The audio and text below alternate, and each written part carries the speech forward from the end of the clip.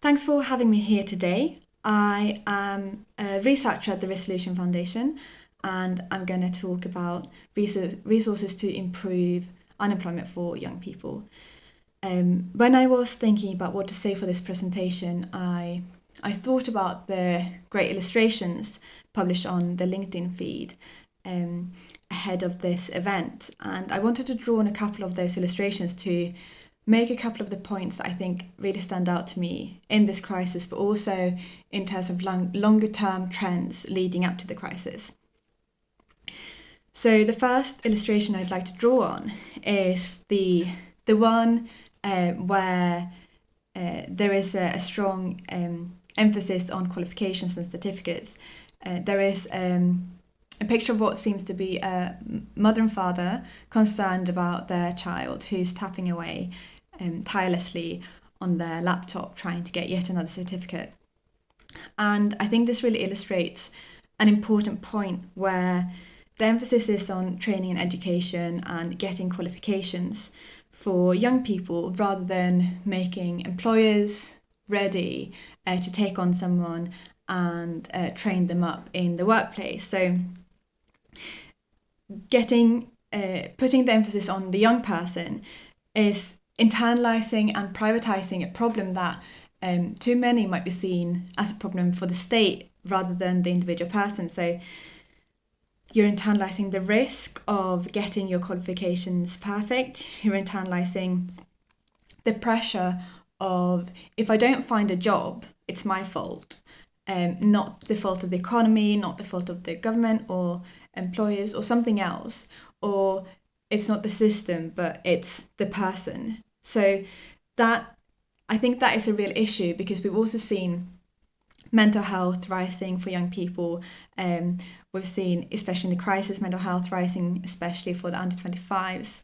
That there's a lot of pressure building up and a lot of internalizing risk, which I think is really well illustrated in this specific picture. And I think that is a real problem for young people, but also for employers. And I was in a roundtable this week where the focus was very much on instead of getting young people employer or employment ready, the employers have to become youth ready. So we should shift the focus, or at least divide up the focus. So there's a dual focus, not just on the young person and the qualifications, but also on employers and what do they need to do to become youth ready. So there might be some mismatch problems here with the skills available for young people or the skills available in young people and the jobs available to them. There might be mismatch problems with the jobs available and the people. So what jobs are young people expecting to get when they graduate from their studies, and what jobs are there actually out there? And what are the expectations of employers and young people? So can they meet or are there issues? And I think these mismatch problems are really important in their own rights and probably really important in normal times. But in the pandemic, and in the economic crisis, the economic fallout, the problems are just so much greater and are running more deeply. So the second illustration I'd like to draw on is the young person on the raft, where with a flag saying my skills, implying that the skills are kind of like leading the way, the person doesn't really know where they're going. Or on the other side, it's the be in control, and you are the navigator. You know exactly where your skills, what your skills are, and where that's going to take you. And I think again, this is emphasizing the role of the young person in navigating what's a very complex labour market, and implying that that's actually possible. But what we've seen over long-term trends are that the jobs market is becoming more insecure. So there's more atypical work, so there's contracts, agency work. So it's hard to get a permanent job, and that brings a lot of insecurity. It's also harder to, in this crisis, get employed in the sectors that typically employ young people. So we've seen sectors like retail, hospitality and leisure especially hit in the crisis because of lockdown. and social distancing rules. And those are exactly the sort of sectors that tend to employ young people. So it is even more important it's even more difficult for young people in this particular crisis to become employed in the sectors that typically employ them. And what we've seen over the longer term is that over the past 20 or 30 years, the concentration of young people in these particular sectors has increased. So over the past 30 years, we've seen that young people in these sectors has actually, the relative number has actually increased up until a crisis that was to hit those exact sectors.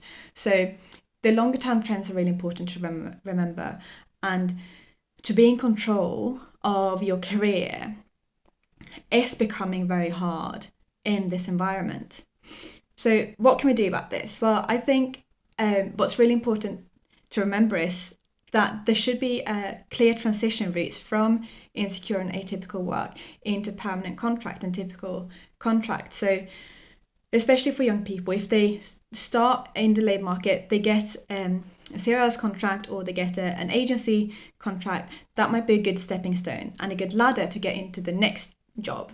But what's important is that is really a ladder and you don't get stuck in those jobs, because the young people we have now, in 15, 20 years, they would become the main bulk of the labour market. So it's really important that they have a sound foundation and that there is a ladder for them to become the main workers of this country.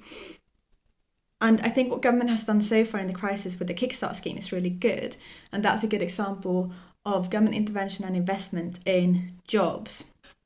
But what we could see more of is actually more investment in jobs and make sure that young people aren't just, the emphasis isn't just on young people to find a job, but rather on government and employers to make sure that there are jobs available to young people, and especially in sectors like the green economy, in social care, which needs workers anyway.